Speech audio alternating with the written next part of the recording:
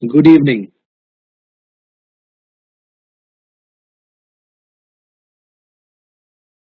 Should we start? Okay. If there is any issue that you are facing till now, if there is anything that you would like to discuss, now is the time. Everything that we have discussed till now, if there is anything troubling you,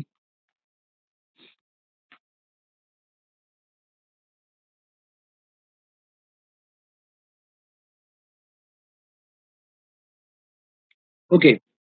In today's session of critical reasoning, we will solve total of 18 questions. Okay. All these 18 questions are from past XAT papers, and you will see that sometimes there are a few questions in XAT that can become very complicated. So we are going to take it 6 questions at a time. Okay, 6 questions at a time. Please start with question number 1 to question number 6. Question number 1 and 2 are from the same passage. Question number 3 and question number 4 are from the same passage.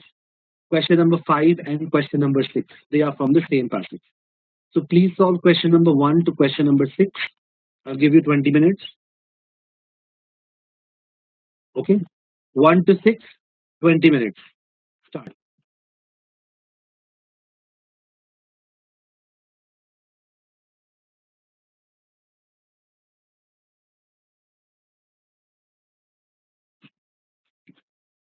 Okay,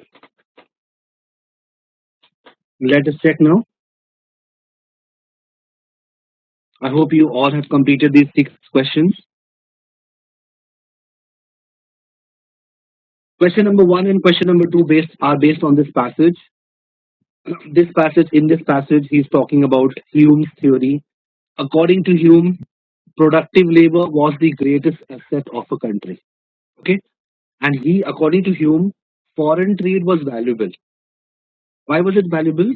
Because if you have foreign trade, then you can use more and more varied labor. Okay. However, commerce is not just advantageous for one nation. Commerce, according to Hume, was of mutual advantage to all the nations that are involved in foreign trade. It does not benefit one, does not cause injury to the other.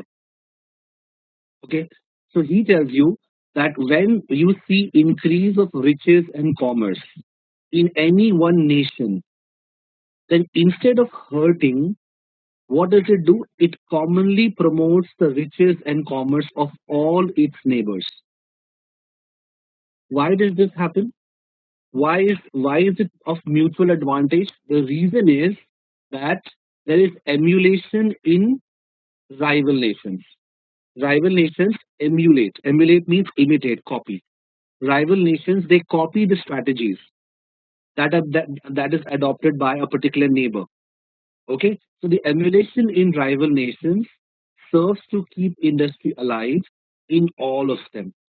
So the main reason why it is advantageous to all the nations that are involved is because of emulation. This is important.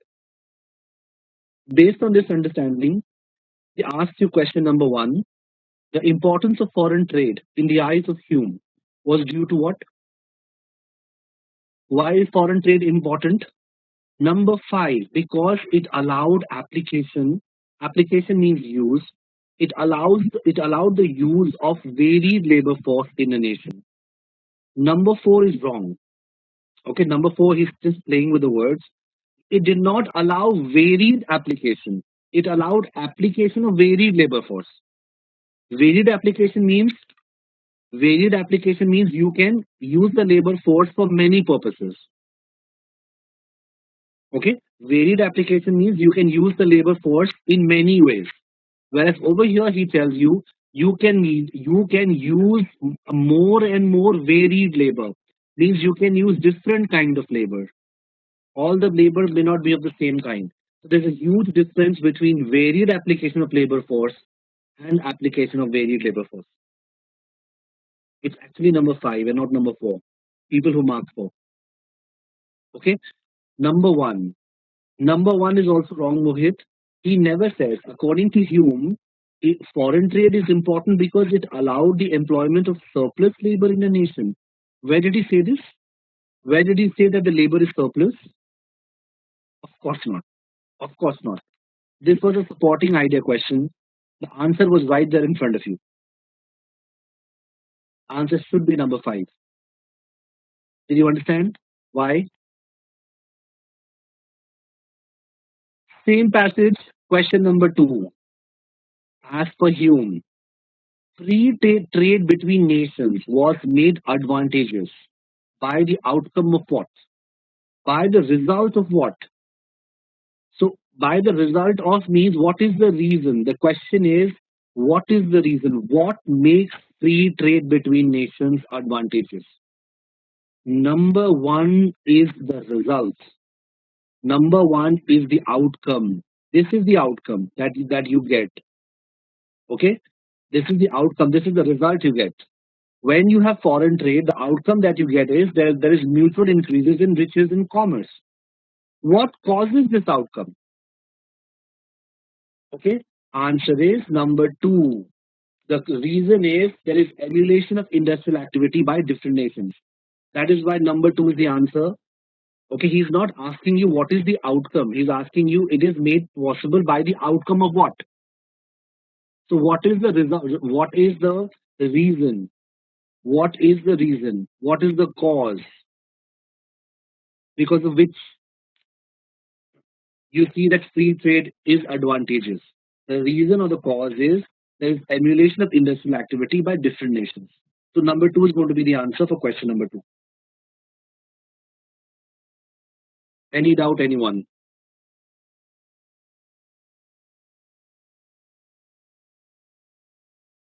Number 3 and number 4 are from the same passage. 3 and 4 are not very difficult. He talks about 2 yoga systems. Yoga has 2 principal parts. One is called Hatha Yoga, other one is called Raja Yoga. He tells you that Hatha Yoga, it deals with the physiological part of man. Okay. The problem is that the processes that are prescribed in Hatha Yoga, they are so difficult that only a few resolute souls go through all the stages of its practice. So Hatha Yoga is very, very difficult. That is what he's trying to say. There are very few people who actually have gone through all the stages of its practice. Many people have failed. Some of them have even died in the attempt to go through all the stages of Hatha Yoga. And that is why many people, they denounce Hatha Yoga. Denounce means they criticize Hatha Yoga. Then he says, the most illustrious Sankaracharya has remarked in his treatise. So Sankaracharya had to say something about Hatha Yoga. According to Sankaracharya, the system of Hatha Yoga is for those people whose worldly desires have not been pacified or uprooted. So those people who have not conquered their worldly desires, their sense desires, okay, who have not conquered their physical desires, Hatha Yoga is for them. That is what Sankaracharya had to say about Hatha Yoga. Based on this understanding, question number 3 says, which one of the following, if true, will most substantially strengthen the idea given in the passage?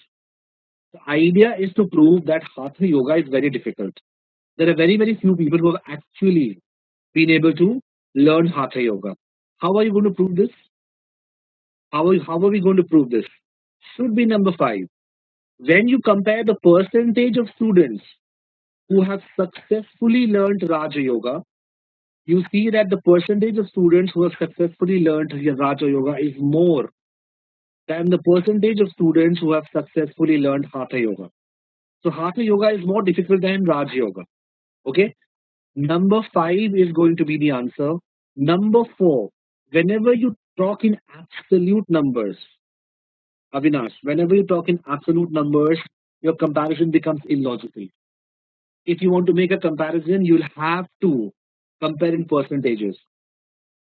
So the number of teachers that are teaching Raja Yoga is more than the number of teachers teaching Hatha Yoga. So number 4 does not, just because there are more teachers teaching Raja Yoga, there are fewer teachers teaching Hatha Yoga. Does that prove that Hatha Yoga is very difficult? No. No, of course not. There are so many teachers for English and maths. You find there are fewer number of teachers of aeronautical sciences. So does that mean that people are unable to learn aeronautical sciences? Not necessarily. So number four is not going to work. Number four is not going to work. Okay. Many people mark number two also. Number of people who practice Raj Yoga is more than number of people who practice Hatha Yoga. Absolute numbers will never give you a correct figure. It will always be misleading. So we'll stay away from absolute figures. Whenever we want to compare, percentages is more advisable. Based on the same passage, we have question number four. Which of the following option best reflects Sankaracharya's comments on Hatha Yoga? According to Sankaracharya, Hatha Yoga is for those people whose worldly desires have not been pacified or uprooted, which means, according to him, Hatha Yoga is for those whose worldly desires have not been placated. Placated means pacified or uprooted. It means the same. Number one is the answer for question number four. Anybody has any trouble till now? Anyone? Mohit, you want to mark number five? Hatha Yoga is ill-suited. Ill-suited means not suited. It is not suitable. This is contrary to what he's saying. It is contrary. According to him, according to Sankaracharya, Hatha Yoga is intended for those people whose worldly desires are not pacified or uprooted. Number five is contradicting the words of Sankaracharya. The question asks you which option best reflects Sankaracharya's comments. Can we infer? Can we infer from the passage that Sankaracharya was a philosopher? No. No, we can't.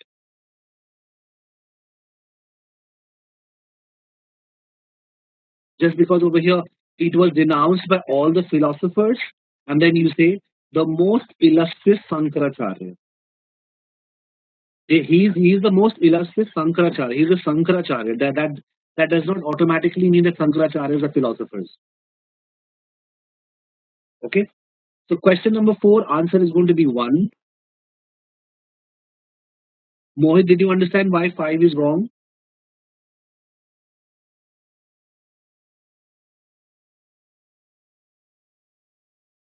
Five and six. Question number five and question number six, they come from the same passage. Now, this passage says, since power is itself a value, that means power has value. If you have power, it has value. Okay, it's valuable. Power is valuable, right? Power is itself a value. Forms of influence which include power in their scope are usually themselves forms of power.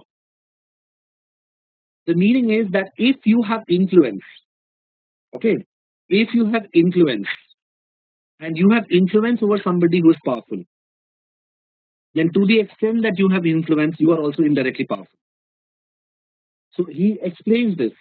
The king's mistress, though she has only influence, she does not have power over the king, but she may have power over his subjects in the degree of that influence.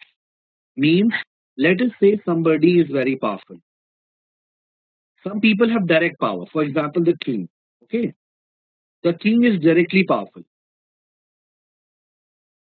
because that is what the people have. The people have appointed him king. He has some rights. He's very powerful. He can make decisions. He is directly powerful. But there are some people, for example, the king has a mistress. Now, this mistress is not powerful. Nobody is going to listen to the mistress, right? But what the mistress has is that the mistress can influence the king. The mistress can influence the king, not just mistress, anybody, probably the king's son, probably the queen. Over here, the example is that of a mistress. So the mistress has influence, some kind of influence over king, to the extent that she has influence. Indirectly, she is powerful. Okay, to the extent that she has influence over the king, indirectly she is powerful.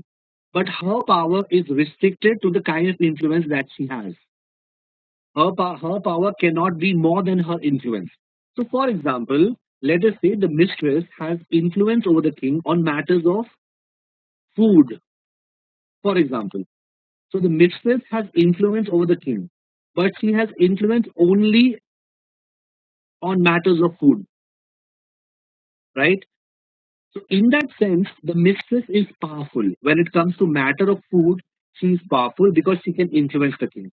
However, because she does not have influence over the king in terms of military policy. Let's say the king is all the king also studies military policy. King also has a military policy. However, the mistress does not have any influence over military policy because she does not have influence over the king for military policy. Did you understand? Is this clear? Please get this right, because if you don't get this right, then you will not be able to answer this question. So, if you have influence over somebody who is powerful, then to the extent that you have an influence, to that extent you are powerful. You are indirectly powerful. You just the mere fact that you have influence over somebody does not automatically mean that you will become powerful. No, no, that is not true. Okay, so he tells you forms of influence that are based on power are themselves forms of power only if the scope of the influence is included within that of the power in question, right? So let us say the mistress has influence over the king. The mistress has some kind of influence over the king, but king, but king does not have power over that thing, right? For example, a neighboring state. It's a neighbor state, right? So the king does not have power over the neighbor state, but the mistress has influence over the king. Mistress, she probably guides the king how to deal with the neighbor state, but the king does not have power over the neighbor state. Now, even though the mistress has influence, she's not powerful. Why she's not powerful? Because the king himself does not have power over the neighbor state. So your influence is power only if the person on whom you have influence, that person is also powerful. And your influence is powerful only to the extent of your influence. It cannot go beyond. So if the mistress can have influence over the king on matters of food, then she is only powerful in matters of food. If she does not have influence over king on matters of military policy, then she does not have power over military policy. Did you understand? Okay. Then he says the king may exercise influence over standards of morality. He gives an example. The king can have influence over standards of morality because of his power position, but he does not necessarily exert power over morality.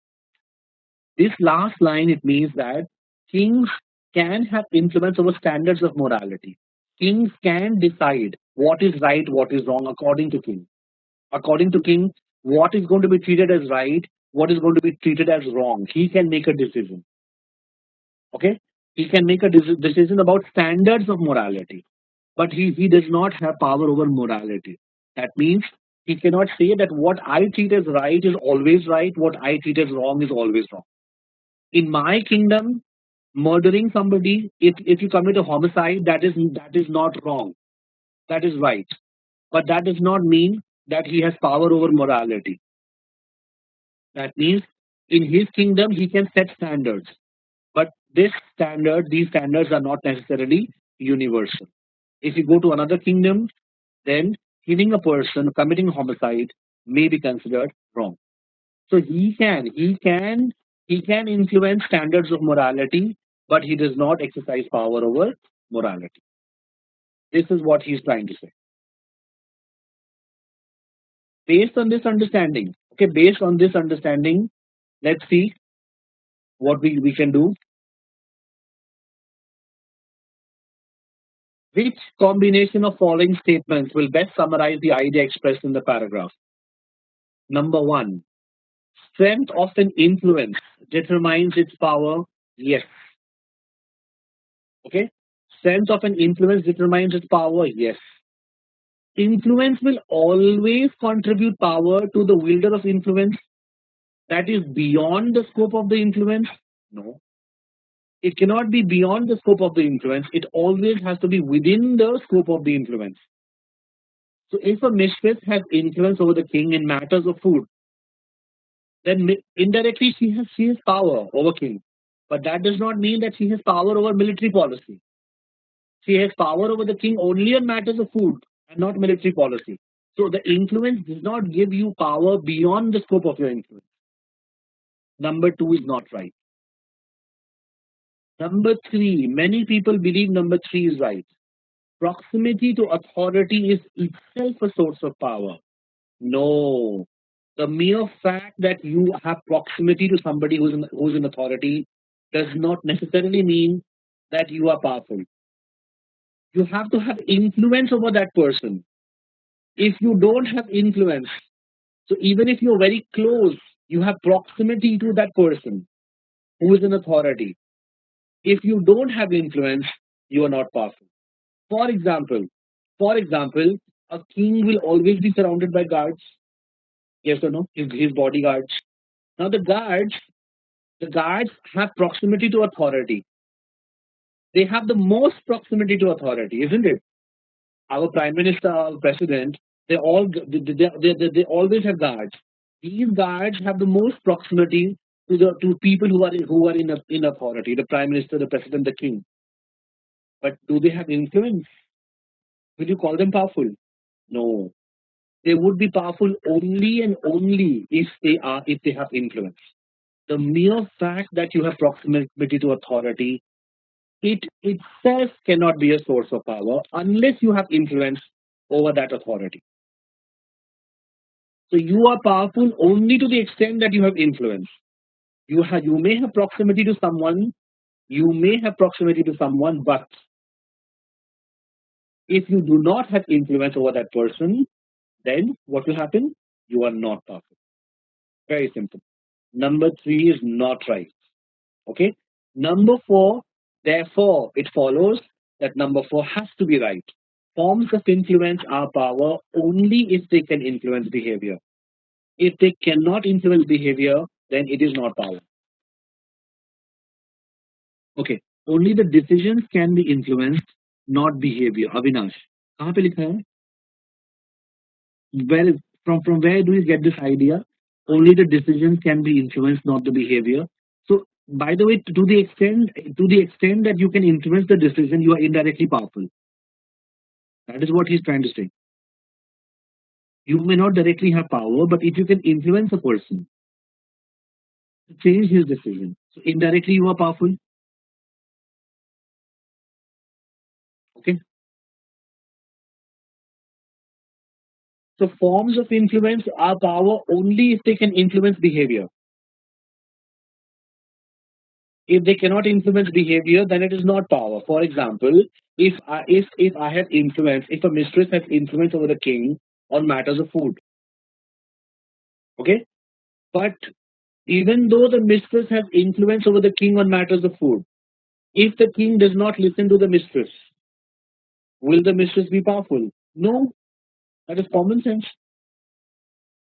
That is common sense. The mistress will only be powerful if, through her influence, she's able to get the king to make some policies regarding food. Yes or no? Otherwise, she has no power. So number four is right. Answer for this question is going to be C. 1 and 4. Please check. Anybody has any doubt, please ask. Number 6. Question number 6. Which of the following is similar to the ideas that are expressed in the paragraph? Which one is similar to the ideas expressed in the paragraph? If you have influence over someone, indirectly you have. If you have influence over someone, indirectly you have power over that person. Okay. What kind of influence does a king has. Now, when it comes to the king, your answer is in the last sentence. Okay? The last sentence says the king may exercise influence over standards of morality. So, king can influence standards of morality because of his power position, but he cannot exercise power over morality. Okay? Standards of morality. Number one is not standards of morality.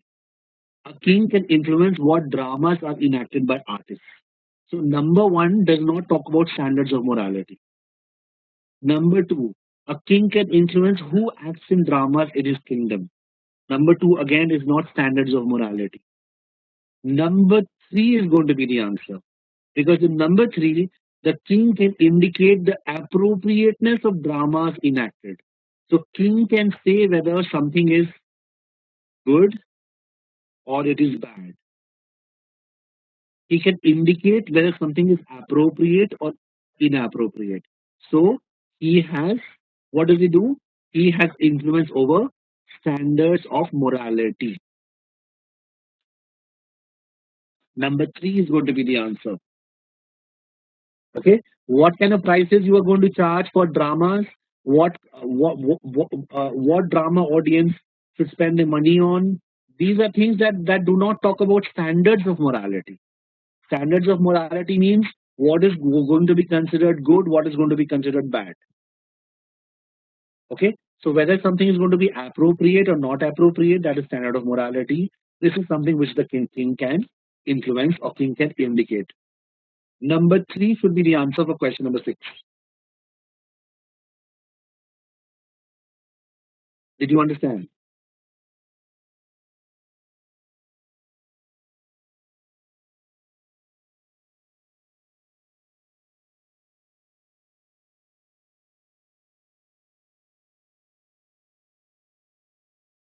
Okay, anybody has any issue? Right. Nikita, if the drama is considered bad, he will influence it. So I marked one. A king can influence what dramas are enacted. What dramas are enacted? I mean, he may not allow the drama to be played. Yes, but then you have to assume that he will not allow the drama to be played because he thinks it's not good, because he thinks some drama is bad. इतना assumption क्यों करना? Where in that way all of them can be right. In that way all of them are right. Who will act in the drama? According to the king, this is a good guy, this is the bad guy. So he has influence over who will act in the drama. What kind of prices will be charged from drama groups by actors? This kind of price is good, this kind of price is bad. With your logic, all the options are going to be right. Okay, you are extending it. Okay, you are extending it. What you're doing is over here in option 1, 2, 4, and 5, there is no talk of standards of morality. You are assuming that when he's making a decision, who is going to act, who's not going to act, what kind of price to charge, then he's going to bring in standards of morality. So why go so ahead? Number three is giving you standards of morality. Let's stay with it. Okay. Okay. So let's come to the next six questions. Let's come to the next six questions. Now we'll be little quick because these are not very difficult. Question 7, 8, 9, 10, 11, and 12. This should not take you much time, so I'm not going to give you more than 10 to 15 minutes. Right? Please start 7 to 12 and let me know when you're done.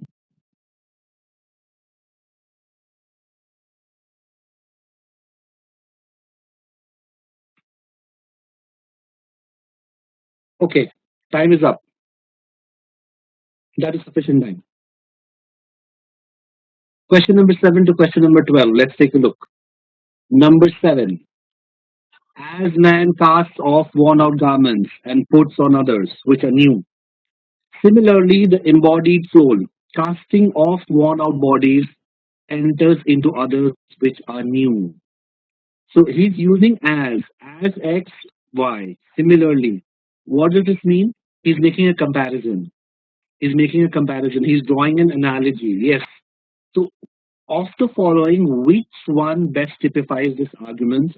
This argument is an argument from analogy. He's making a comparison. Absolutely. It cannot be inductive generalization. What is the meaning of inductive generalization? You remember the word inductive? We discussed this in parajumbles.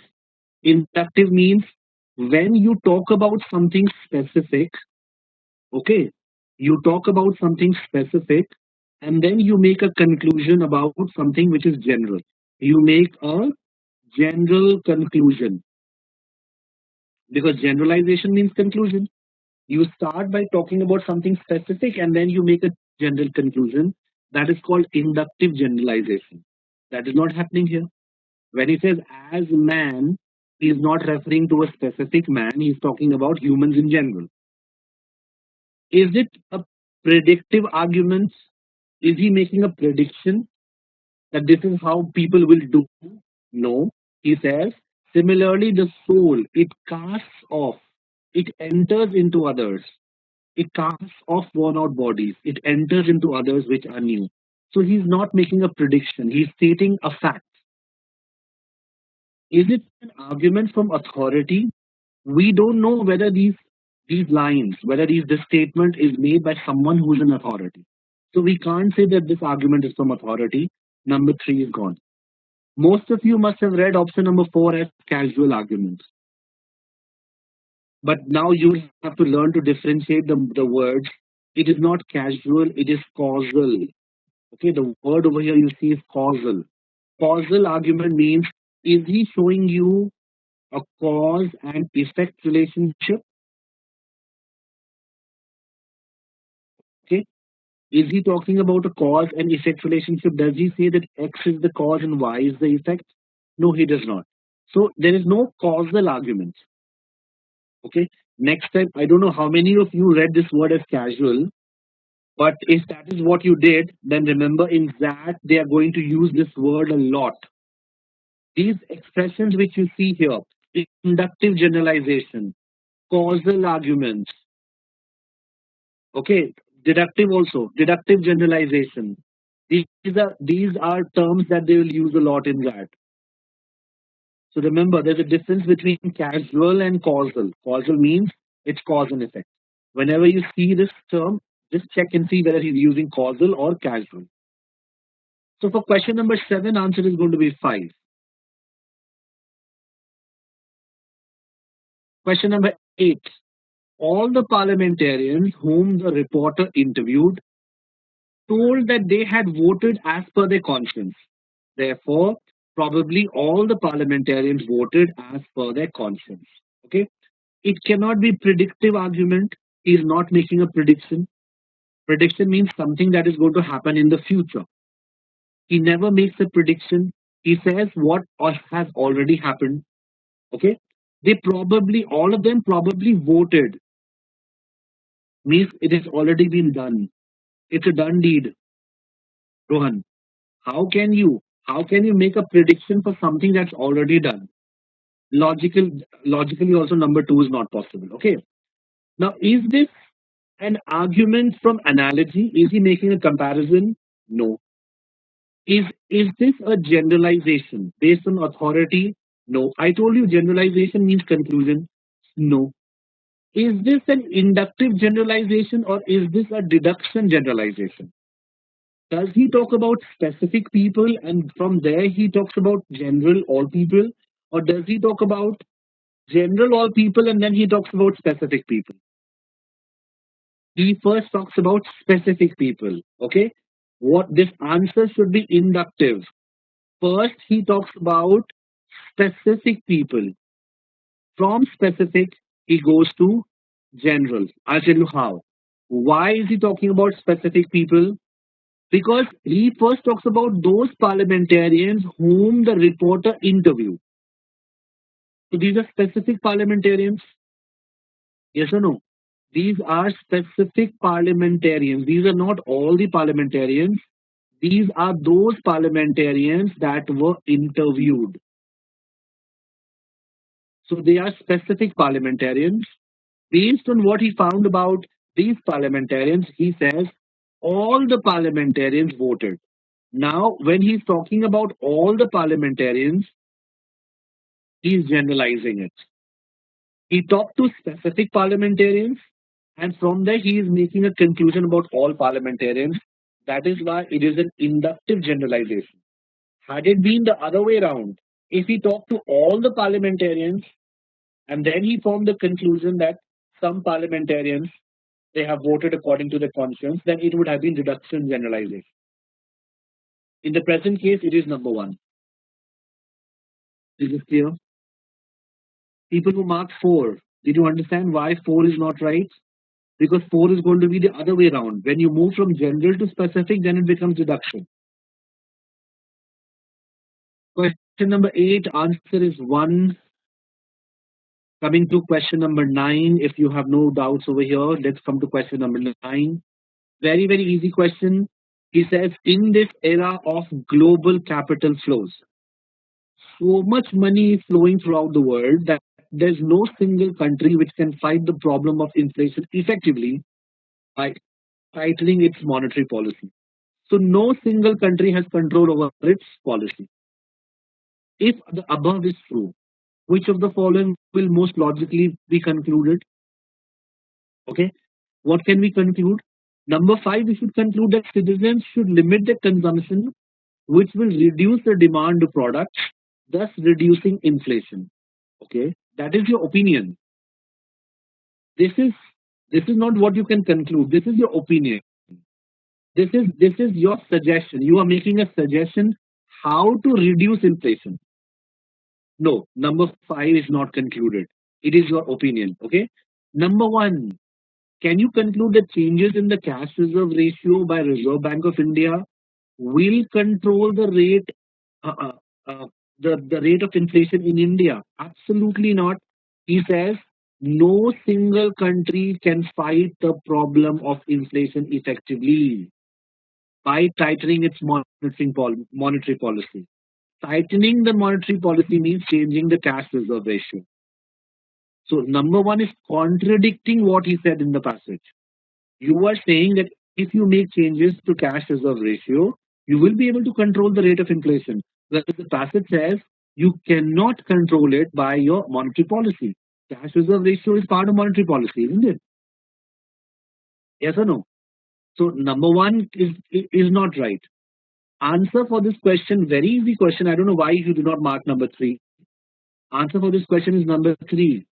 We can conclude that countries' finance ministers they have insufficient control over their respective economies. That is why he's saying that no single country can fight the problem of inflation effectively by tightening the monetary policy. Finance ministers they have control over the monetary policy. Yes or no? But if you cannot fight inflation by tightening your monetary policy, that means you have insufficient control. Number 3 is going to be the answer for question number 9. Please check. Anybody has any doubt? Ask.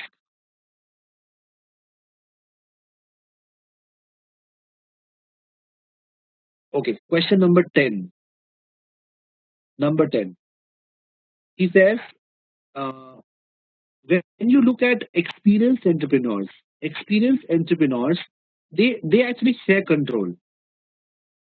Even though many entrepreneurs they want all the control, but there are experienced entrepreneurs who share control. Experienced entrepreneurs they invite participation from institutional investors and outside directors. Now the question is, what may be the reason? Why is it that experienced entrepreneurs they share control? Why is it that they invite participation from institutional investors and outside directors? What can be the reason? Which option best summarizes the idea that might be guiding experienced entrepreneurs' behavior? What is the most probable reason why these entrepreneurs are ready to share control? Why? Okay. Number 2, if you look at number 2, the experienced entrepreneurs they expect the institutional investors to support the opinion of entrepreneurs on all major decisions. Okay, so if you want support, you want somebody to be a rubber stamp. Okay, number two, this is just like saying that institutional investors are going to be like a rubber stamp. They are going to just have they are going to be titular. You understand titular? Titular means they will just have a position, but they will not have any power. You want them to just be a rubber stamp so that they can support every decision that you make.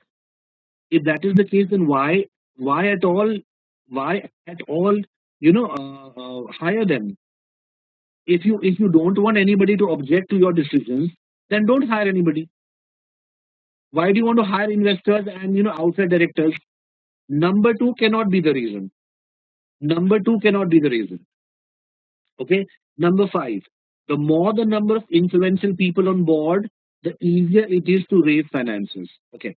So just because you want to raise money, is it advisable that you give up control of a company? I can raise money by taking loans. I can raise money by taking loans, by negotiating with banks. I don't need to share control with anyone. Sharing control is a big decision. Okay, just because I want to take loans does not mean that I will have to share control. So number five also does not make sense. Influential people can also be the company's own board of directors. Yes, why do you need outside directors? Yes, why do you need outside directors?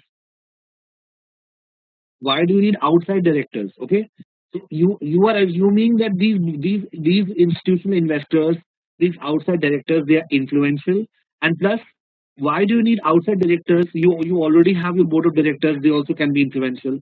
So the mere fact, just tell me you want a loan. Okay, common sense. Use your common sense. You want to raise finances. In order to raise finances, are you going to give up your control over your property? Does anybody do that? No. So number five does not make common sense. Now, number five does not make common sense. Okay. Okay. Now number four, but outside directors can help in raising funds. Yeah. So you get influential people, Apeksha. You get influential people on your board. Why do you need to give them control? Influential people, you get Bollywood stars, you get ministers. Don't give them control. You get influential people on your board, and they can help you in raising finances.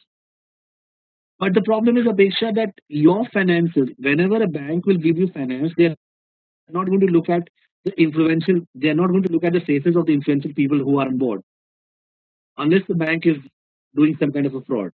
They are going to look at your financials and not the people who are on the board. So number five does not make sense logically. Okay. Number four, experienced entrepreneurs, they expect the experienced directors to engage in day-to-day management of the company. Okay, so you want the board of directors and especially experienced directors to manage the day-to-day business. For that, you have junior managers. For that, you have middle-level managers. No, that cannot be the reason. That cannot be the reason. Okay, because experienced directors will never be engaged in day-to-day management of the company. Never. What should be the answer?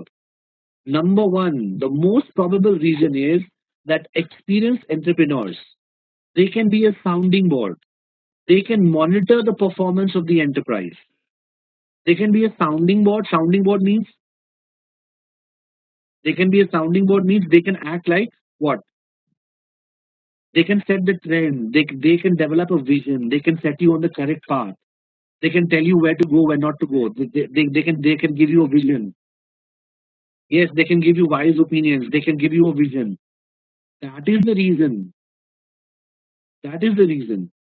You don't need you don't need to control to give up control. You don't need to get outside participation just because you want to raise finances, just because you want to engage in day-to-day activities.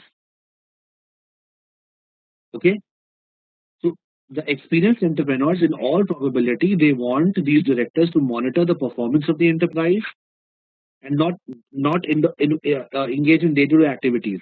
Monitor the performance of the enterprises, and to be a sounding board means to provide vision to the company. Number one should be the answer for question number 10.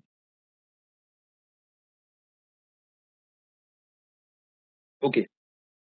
11 and 12. Let's take a look at 11. Number 11 says there is nothing so stupid as an educated man if you can get him off the things he was educated in. Which of the following, if true, will most seriously undermine the author's contention? So, if a person is a major in physics and you remove that physics education, then that person becomes stupid. That educated man becomes stupid. Okay. If a person is, let's say, a major in history and you remove that history majors, then that educated man becomes stupid.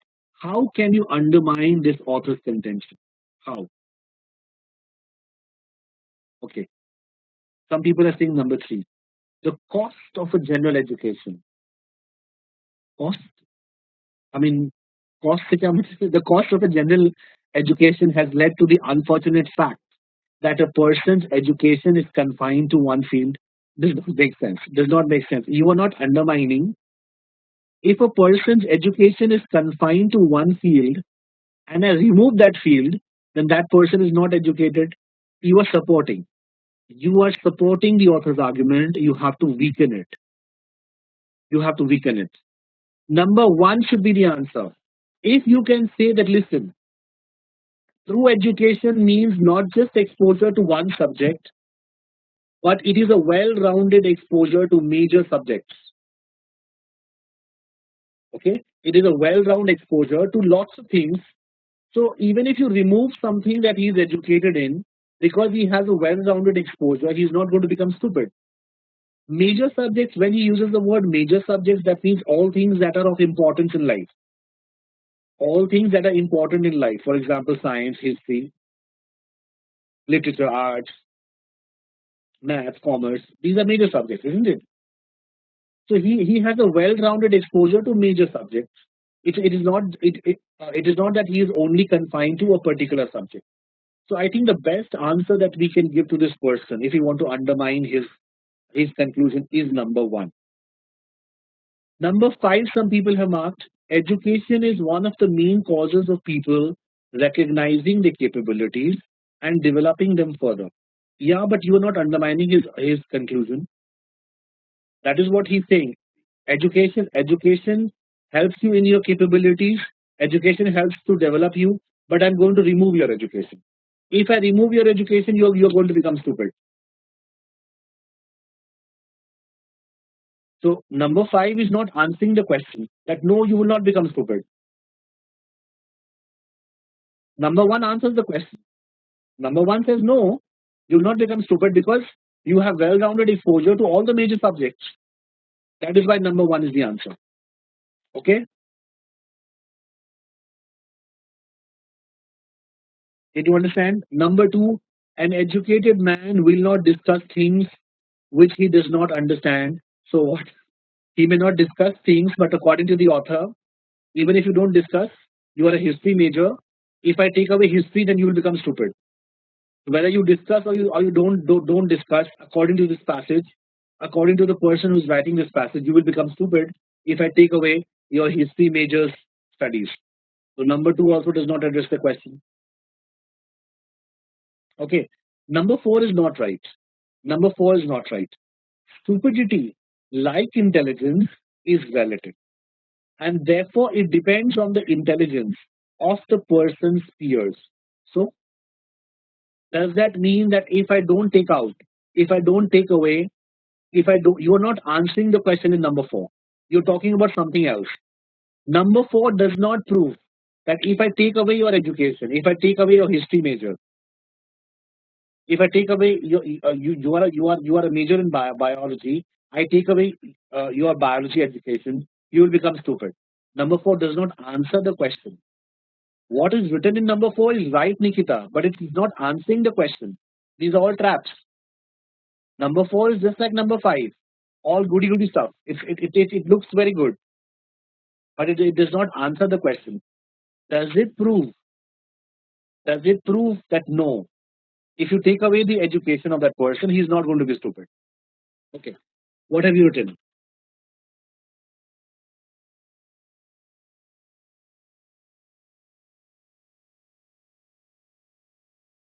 Yeah, but it depends on the intelligence of the person's peers, Nikita.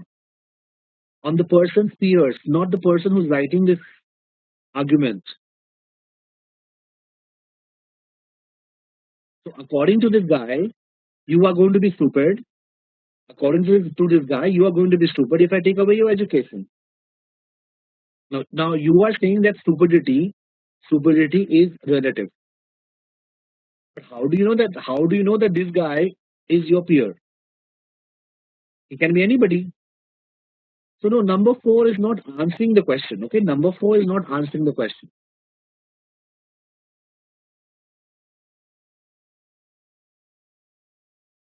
Right?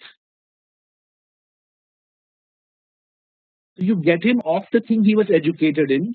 If you remove the thing in which he excelled, if you remove it, then this educated man becomes stupid.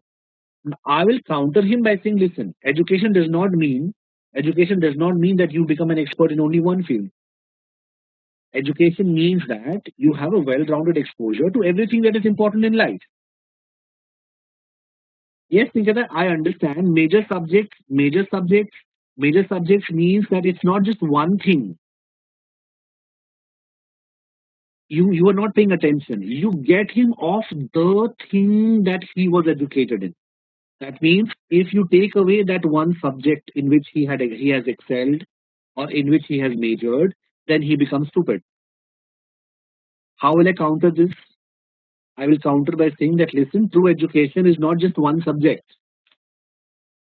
True education, when you have true education, you have well-rounded exposure to major subjects.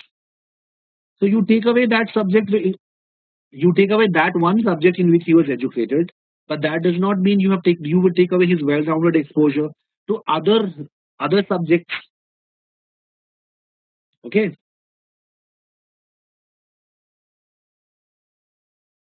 I think number one is the best answer for question number 11. Given the options, number one is the best answer. Number 12, easy question.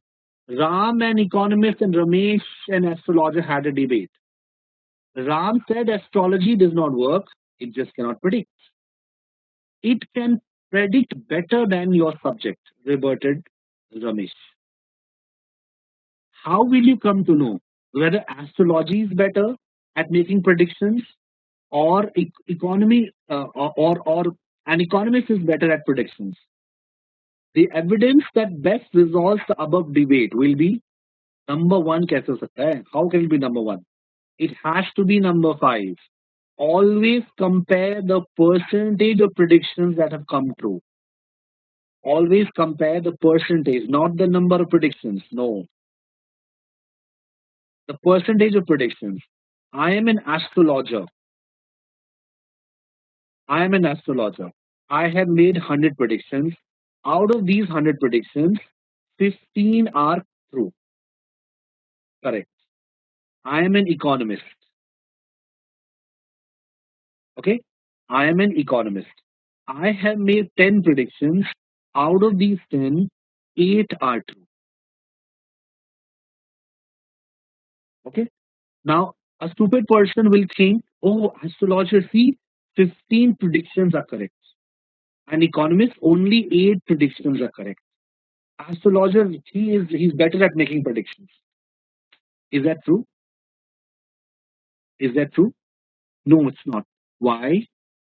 Because he astrologer has made a total of 100 predictions. Out of 100, 15 are right. That means he has a 15% accuracy. Astrologer. Whereas out of 10, an economist gets 8 predictions right. So he has 80% accuracy. So which guy is more accurate? It's the economist. So always compare the percentage of predictions that have come true if you want the true picture, not the number of predictions that have come true. That is why number 4 is not going to work, number 5 is going to work. Sai, number 2, you're saying in 2 as it is in terms of numbers, so it is wrong. Yes. Any if you talk in terms of numbers, it's always wrong.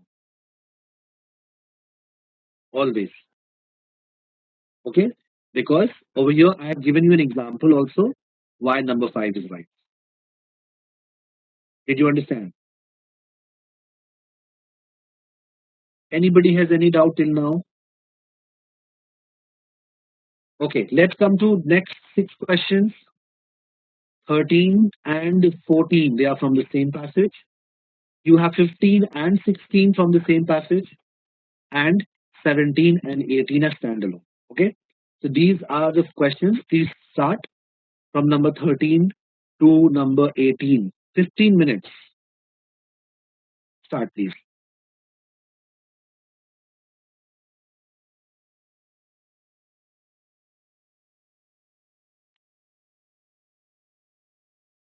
Okay, since most of us have completed this, let us take a look at question number 13 to 18. Number 13, this passage, what does it say? That CEOs of large organizations, they are paid more than CEOs of small organizations. This is not fair. Why it's not fair? Because according to him, the mere fact that the CEO is heading a big organization does not mean that he should be paid more. According to him, CEOs salary should be related to performance. Okay. Yes, big organizations are more complex than the small, but all CEOs require significant amount of energy and time. There is no proof that CEOs of big organizations are more stressed than CEOs of small organizations. And that is why he says all CEOs should be paid according to their performance. Right? If you are a person seeking to refute the argument, so what will you argue? If you want to prove him wrong, if you want to weaken his argument, what will you say? Yeah, but number four is not going to weaken his argument. In fact, you are strengthening his argument. Number four is strengthening his argument because you are saying if the CEOs of the small companies, if they perform well, the company would become big, and so would be CEO salary. So you are back to square one. You're back to square one. That if you want a good salary, work well, make your company big. When your company becomes big, you will get big salary. That is exactly what he's saying. Why do CEOs of big companies get big salaries? If you want big salaries, make your company big. Number four is not refuting the argument. Okay. Number two, yes, number two is going to be the answer. You can refute it by saying, listen, managing big organizations is more challenging than small. And that is the reason why the CEOs of large organizations are paid more than the CEOs of small organizations. This is how you can refute him. Number one, all CEOs should be paid equally. This is what he's already stating. This is what he wants, Avinash. Okay. Number one, CEOs should be paid equally. This is something which he wants. So you are strengthening his argument. Let me write this. Number one will strengthen his argument. Okay. Number two will weaken his argument. Okay. Now you are saying that it is already stated. So what? So if something is stated, it cannot weaken his argument. The mere fact that he stated over here, big organizations are more complex than the small. This is then it's this in itself is proving this guy wrong. So you can use his own reasons and tell him that listen, aren't you contradicting yourself? You yourself are saying that big organizations are more complex, and then you want equal salary for everyone. How is it possible? Okay, so number two is weakening his arguments. Number four is strengthening his arguments. Number four strengthens his argument. He strengthens his argument, so number four cannot be the answer. Two is going to remain the answer for question number 13. Okay. Avinash, can you hear me? Am I audible?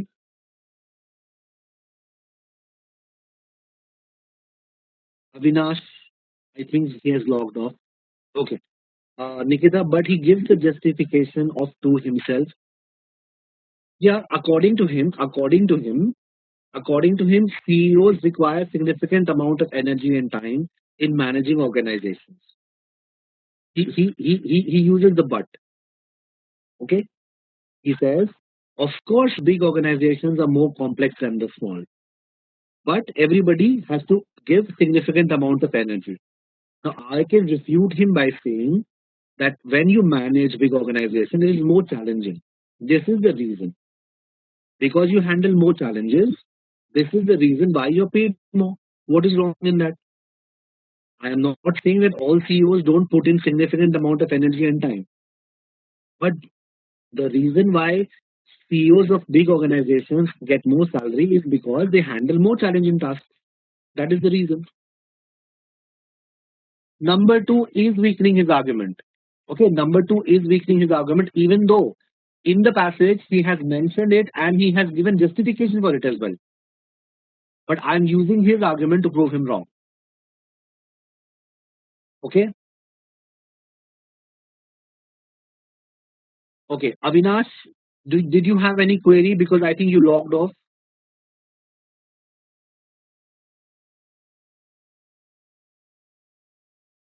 in number one. Okay, now number one, CEO should be paid equally. That is what he wants. That is what he wants, isn't it? He wants that whether you are a CEO of a big organization or whether you are CEO of small organization, everybody should get the same pay. Why is it that CEOs of large organization, why are they paid more? So number one is strengthening his argument. That is what he wants. You have to refute his argument. So number one is not answering the question. It's contradicting the question. So 13, question number 13, answer will be 2. Number 14, which of the following, if true, will strengthen the speaker's argument? Now you have to strengthen the argument that yes, you have to strengthen the argument. How will number 3 strengthen the argument?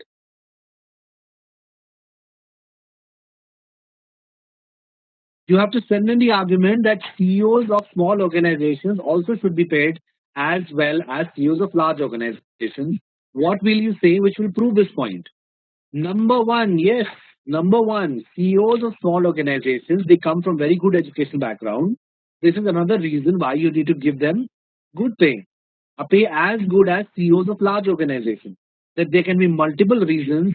Number one is one of those reasons. So when you are giving one reason to support the speaker's argument, that is in a sense strengthening it. There can be other reasons also, but number one is also strengthening it. Number three is not strengthening it. Number three says a few big family businesses have CEOs from within the family. So does this strengthen the speaker's argument? Does it strengthen the argument that all CEOs should be paid equal? No. Number three has it has nothing to do with the author's argument. Number three cannot be right. Number five, CEOs of on big organization, they take much longer to reach the top as compared to the counterparts in small organizations. So you are weakening the argument. This is the reason why CEOs of big organizations should get more money compared to the counterparts in small organizations. And the question is not what will weaken the argument. The question is what will strengthen the speaker's argument. Speaker's argument is give everybody equal pay. Number five, you are saying the CEOs in big organizations, they take much longer to reach the top. That is the reason why they should be given more. Whereas when you look at the counterparts in small organizations, they should not be given the money as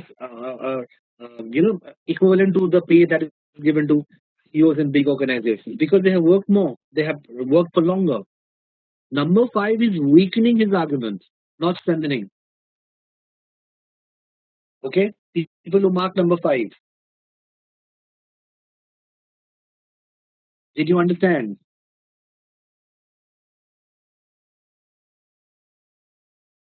Anybody has any doubt over here? Please ask. Till now, okay. Number 15 and 16. Some words are highly inflammable. Okay, some words are highly inflammable. Fusion is one of them. The moment you use the word fusion music, and two sets of people, they will get into war mode. right? So fusion is a word that is highly inflammable. It can cause fire, right? Now, two sets of people, they will start fighting when you use the word fusion music. One set will breathe fire and say that it violates the purity of music. The other the other set will tell you earnestly that no, it opens up the borders of music. Okay. So now the question is the statement some words are highly inflammable. What is this? This is the main argument. This is the main argument which is proving with the use of an example. So it captures the essence of the passage. This is what he wants to prove. Because in order to prove this, he gives you example of one particular word fusion, and he tells you how the word fusion is inflammable, how it causes fire.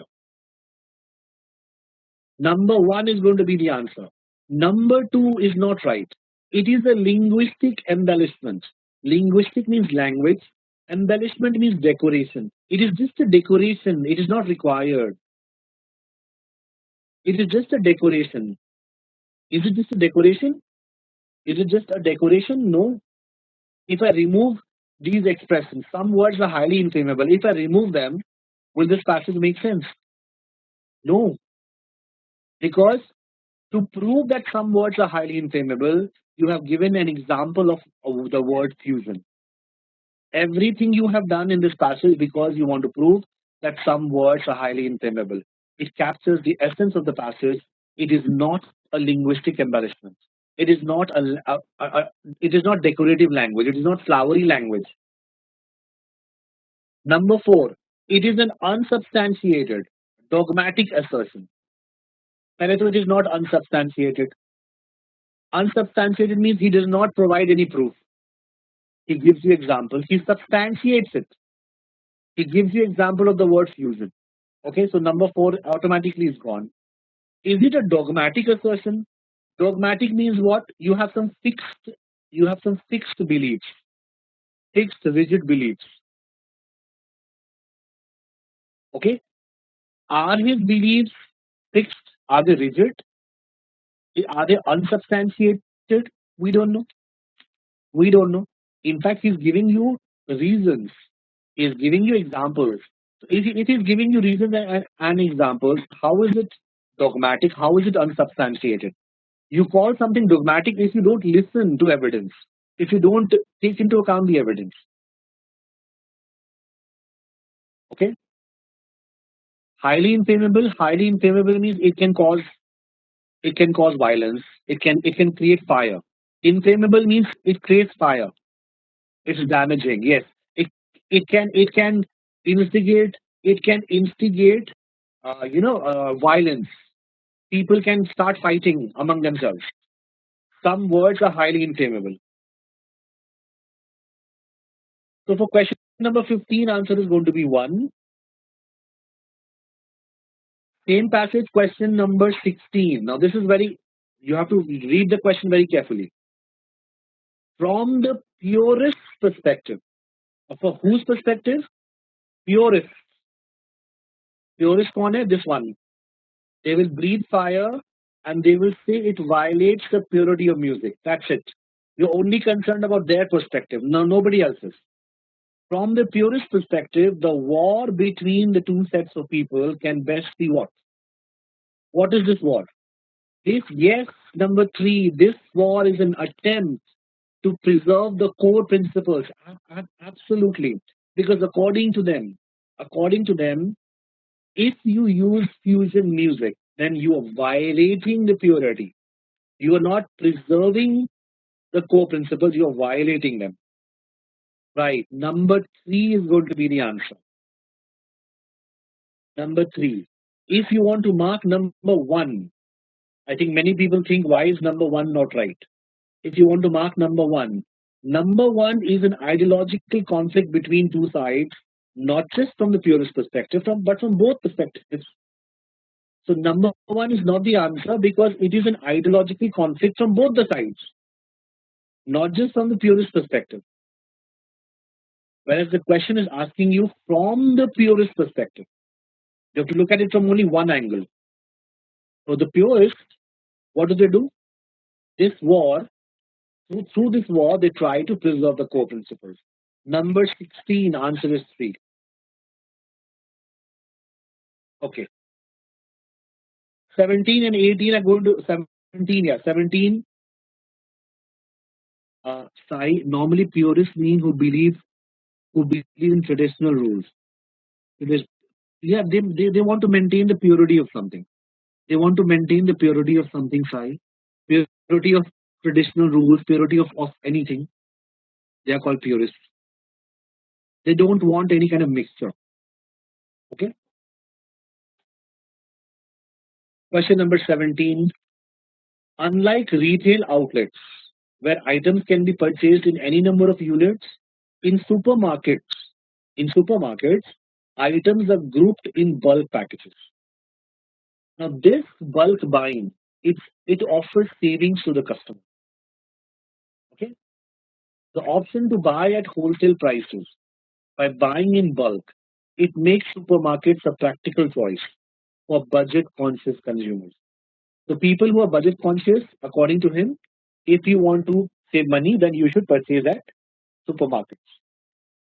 Which of the following is an assumption necessary to the author's argument? What is he assuming?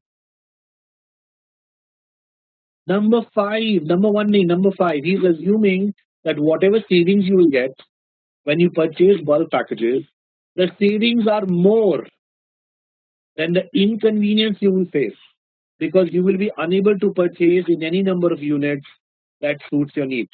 You will have to purchase in bulk. But when you purchase in bulk, you will save a lot, right? So your savings are going to be more than the inconvenience you will face because you'll not be able to purchase any number of units that you want to purchase. You'll have to purchase just in bulk. Number five should be the answer. Number one is not an assumption. Number one, supermarkets often have greater buying power and lower overhead costs, so they can offer a greater variety of products that regular retail outlets. So this is the reason why this is the reason why supermarkets they offer savings to the customers. What is the reason that they offer savings to the customers? But that is not the conclusion. The conclusion is that if you are a budget conscious consumer, okay, then you should buy at wholesale prices by buying in bulk from the supermarket. That is the conclusion. So number one is targeting the incorrect thing. Number one is just giving you a reason why the supermarkets they can offer you savings. But that is not the conclusion. The conclusion is that if you are budget conscious, you should buy from supermarkets in wholesale prices. So number one is not going to work. Number five is going to be the answer for question number 17. Did you understand?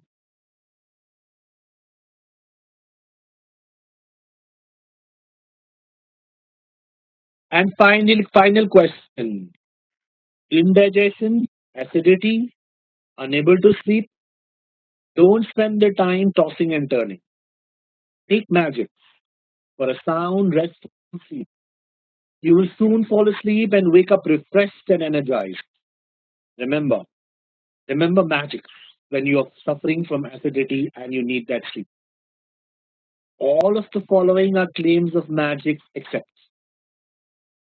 number three. Yes, it should be number three. It never claims to cure indigestion. It claims that it will give you a good night's sleep. Yes. It claims that you will get refreshed. You will get refreshed means that there's added energy. Okay. You will quickly fall asleep. You will soon fall asleep. Yes. You will get a restful slumber. Restful slumber means you will not spend the time tossing and turning. You will sleep peacefully. You will get a sound, restful sleep. So I think all the others can be inferred. He offers a cure for everything except indigestion. Acidity, yes. If you're suffering from acidity and you need that sleep, then it's okay. But acidity and indigestion, they're two different things over here. Okay. Acid. Avinash, energy we will get from good sleep. Yeah, but that good sleep is going to get you. You are going to get that good sleep because of magics. So indirectly, magics is going to help you to wake up refreshed and energized. Okay, so it is not a direct benefit, but indirect benefit because it will help you sleep. Because you soon fall asleep, you will wake up refreshed and energized. All this is happening because of magics. If you don't take magics, you will not fall asleep soon. You will not wake up refreshed and energized. So that is why others will work. Number three is not a claim of magic. It never claims that it is going to cure indigestion. Please take a look. All questions from 1 to 18. Anybody has any doubt, please ask. Anything that requires clarification. What should be the average score? These are that questions in that normally today I've not shown you very difficult questions. Tomorrow I'll show you more difficult questions from that.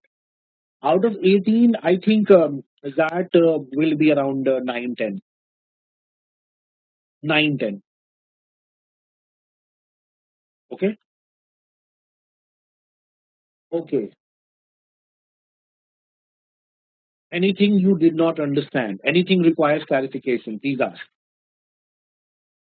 Some of the questions are confusing. Yes, Nikita.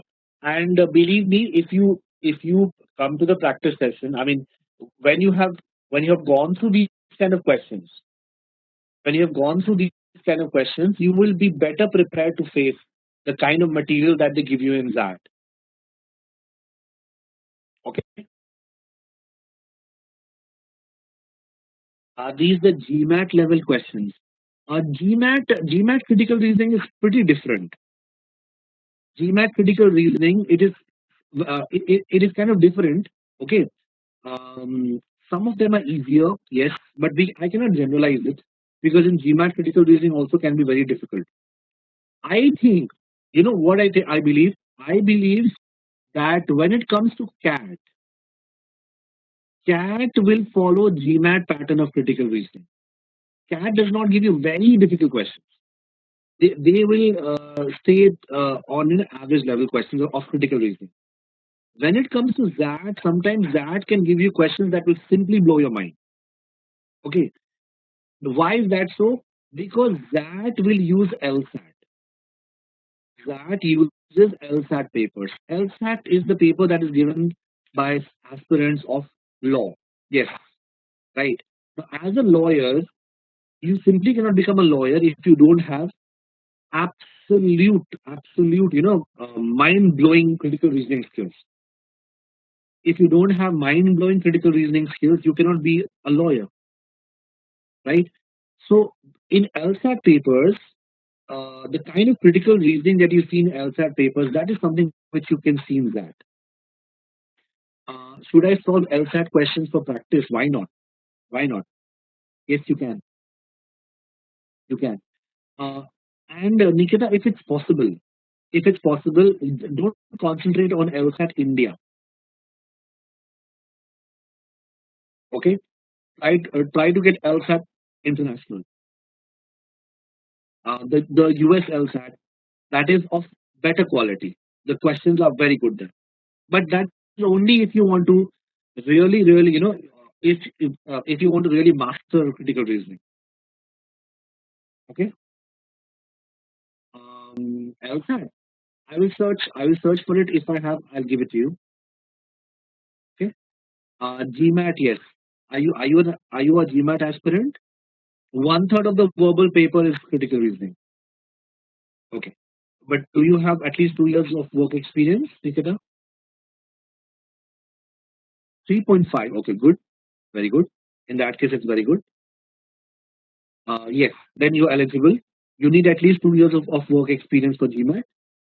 If you have 3.5, that is very good. And yes, GMAT is more manageable than CAT.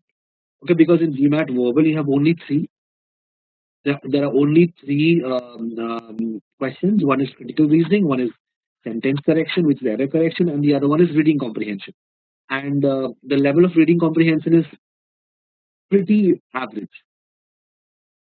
So I think yeah, if you have work experience, yes, It is far below CAT.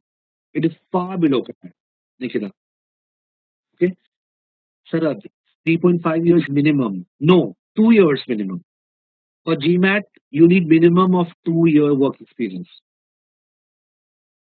Okay, even though even though they will not say that they need work experience, but that is what they do. If you take the GMAT without any work experience, they will not consider you. It's as you know as simple as that. Mohit, same preparation shall help for CAT. What, Mohit? Same preparation shall help. If you are a CAT aspirant, then automatically you're prepared for GMAT. Okay. If you are a CAT aspirant, then automatically you will become prepared for GMAT. The only thing that is different in GMAT is that there are only three in verbal: reading comprehension, error correction. Okay, reading comprehension, error correction, and critical reasoning. Critical reasoning is one third of the paper, right? And you also have something called analytical writing assessment, that is essay writing. Towards the end of your session, okay. In fact, we have essay writing. We have essay writing for students, even if you have not, even if this is not a GMAT class, but we have essay writing classes. Don't worry. Okay. So GMAT is only for studying abroad with Anshu. No, no, it's not just for studying abroad. ISB, like Nikita said, ISB, yes, ISB, Chandigarh, Hyderabad, yes. Okay, Great Lakes, ISB, all of them will accept GMAT. Okay, so that's it for today. GMAT is for executive MBA. No, no, for normal MBA. If you can, so if you take the GMAT, you can apply for the normal MBA also and executive MBA also. You have both the options. Okay. Sai, your question is it effects if we don't have work experience? If you don't have work experience, then where? In CAT or GMAT? If you do, in CAT, if you don't have work experience, no problem. No problem. You are eligible. Okay.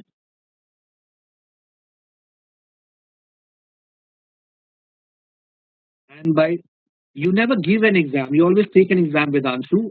By giving CAT exam, can anyone do executive MBA?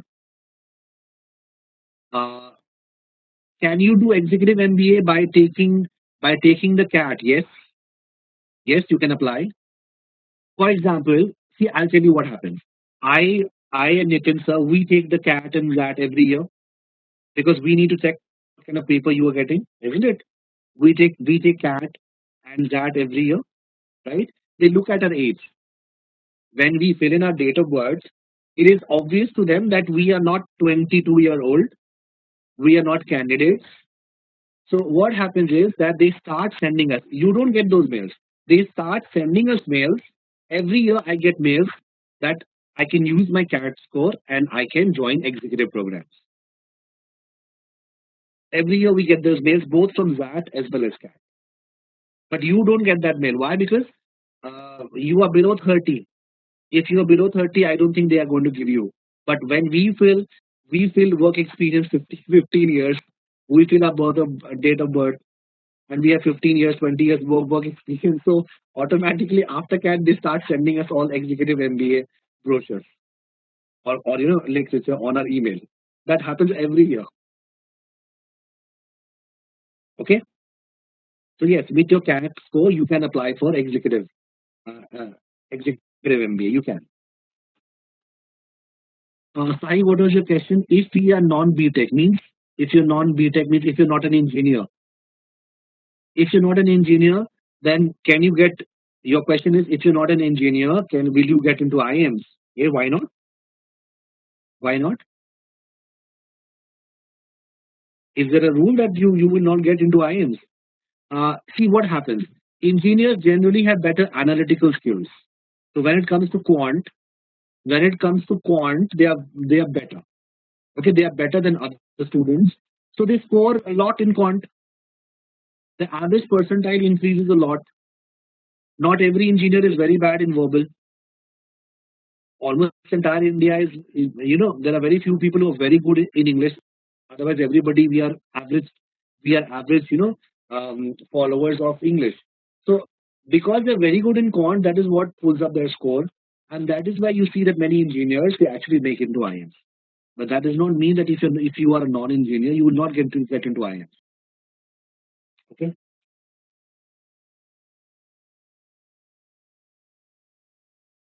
Sometimes, sometimes, you know what they do, even though they don't tell you, but we understand the kind of admissions that they give. Sometimes they develop a bias towards engineers. They make up their mind for 2 years. We are going to, because of diversity, we are going to bring in more students who are not engineers. There are too many engineers in our batch. Let us bring in students who are non-engineers. So they start giving preference to non-engineers. They always give preference to girls.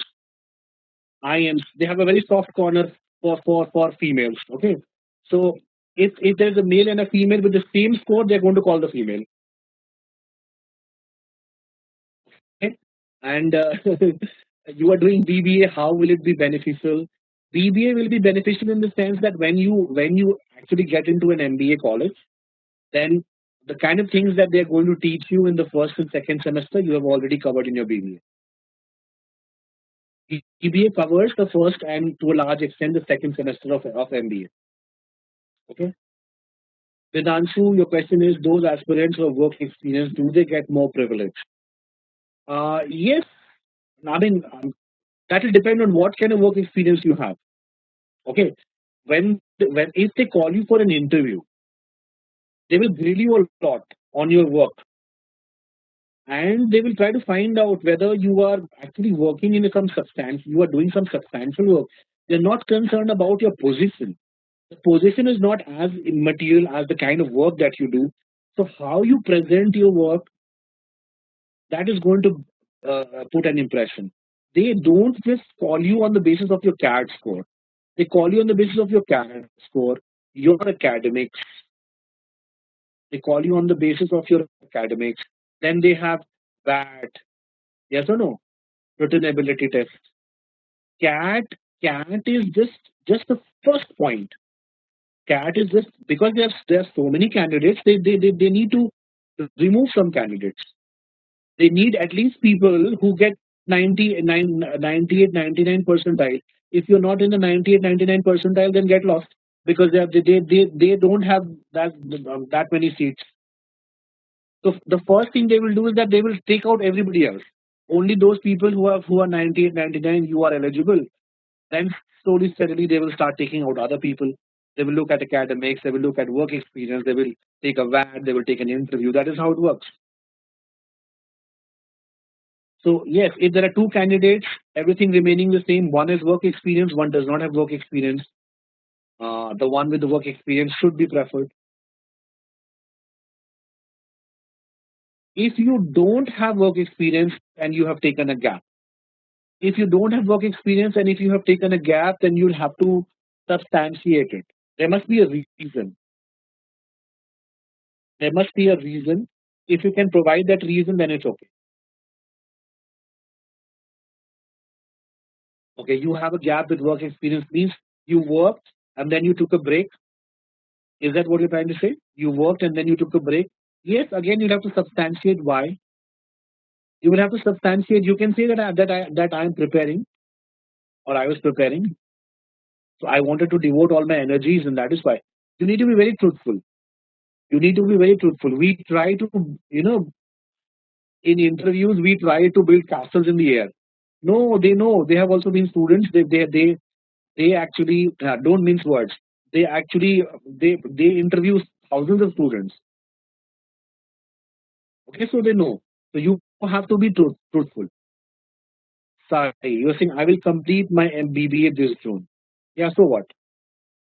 You'll complete your BBA, so you took out time for preparation.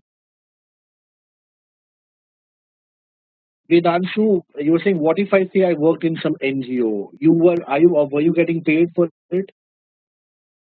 If you were getting paid for it, only then. If you were getting paid for it, only then that is considered as work experience. If you were working in your family business, that is not work experience.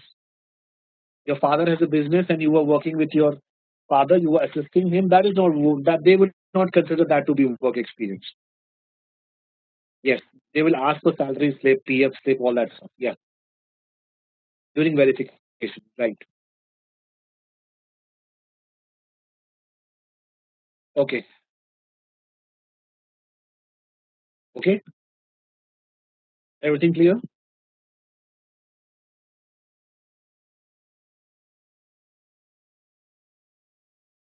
Right. That's it. That's it for today, and I'll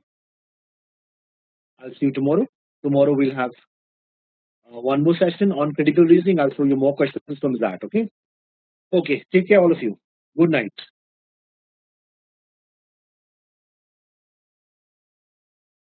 Music